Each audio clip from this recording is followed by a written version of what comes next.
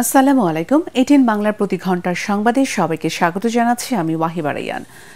শিক্ষার্থীরা কোনো অবস্থাতেই সরকারের প্রতিপক্ষ নয়। জাতিসংঘ ও উন্নত দেশের সহায়তায় হতাহতের তদন্তের ব্যবস্থা গ্রহণ, শিক্ষার্থীদের হেনস্থা না করার নির্দেশ দেওয়া সহ সব দাবি মেনে নিয়েছে সরকার বলে জানিয়েছেন আওয়ামী লীগের সাধারণ সম্পাদক ওবায়দুল কাদের। ধানমন্ডিতে আওয়ামী লীগের সভাপতির কার্যালয়ে অনুষ্ঠিত সংবাদ সম্মেলনে তিনি বলেন, চলমান পরিবেশে নাগরিক সমাজের অনেকেই নানা ধরনের মন্তব্য করছেন, কিন্তু তাদের মন্তব্যের সুযোগে অশুভ শক্তি যেন কোনো প্রশ্রয় না পায় সেদিকেও লক্ষ্য রাখার তাগিদ দিয়েছেন আওয়ামী লীগের সাধারণ সম্পাদক। এই সময় যুদ্ধাপরাধীদের পুনর্বাসন সহ দীর্ঘ রাজনৈতিক গাঁটছড়ার কারণেই বিএনপি মহাসচিব জামাত নিষিদ্ধের সমালোচনা করেছেন।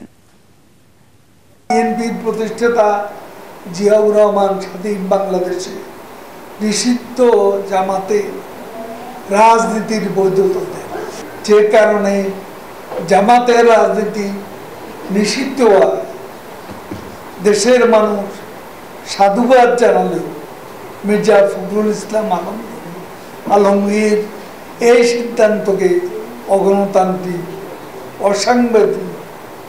অসাংবিধানিক বলবে, এটাই স্বাভাবিক।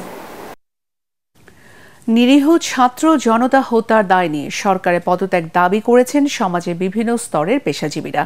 রাজধানীতে ভিন্ন ভিন্ন মিছিল, সমাবেশ ও অবস্থান কর্মসূচি থেকে গণগ্রেফতার বন্ধ, আটক ছাত্রদের মুক্তির দাবিও করেন তারা।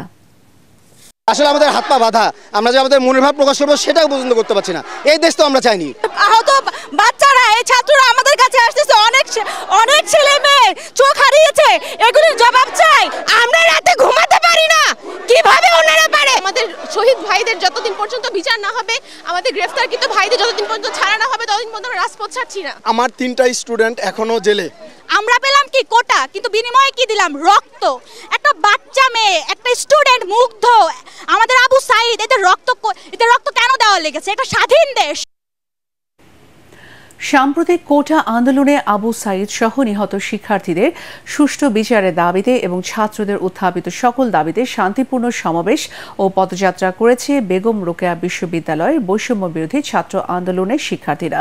সকালে বিশ্ববিদ্যালয়ের মূল গেটে আয়োজিত এই সমাবেশে শিক্ষার্থীদের সাথে একাত্মতা ঘোষণা করেন বিশ্ববিদ্যালয়ের শিক্ষকরাও।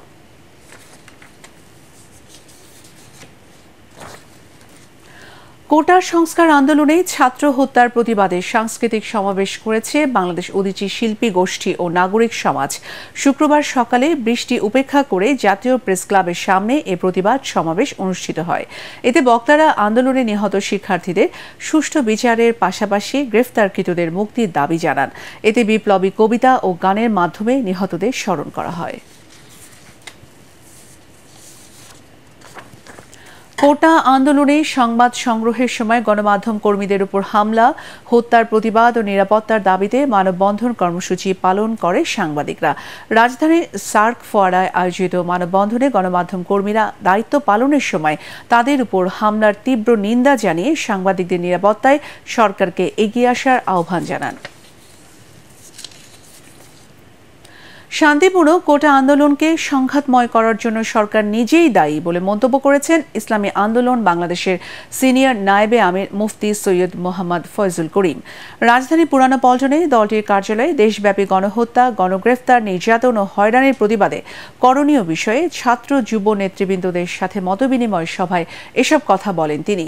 এ সময় তিনি জানান, সরকার ক্ষমতায় টিকে থাকার জন্য দেশে নিরীহ হাজার হাজার মানুষকে গ্রেফতার করছে ও তাদের হয়রানি করছে। জাতীয় ঐক্যের কোনো বিকল্প নেই। কেউ কারোর বিরুদ্ধে কোনো কথা বলবো না।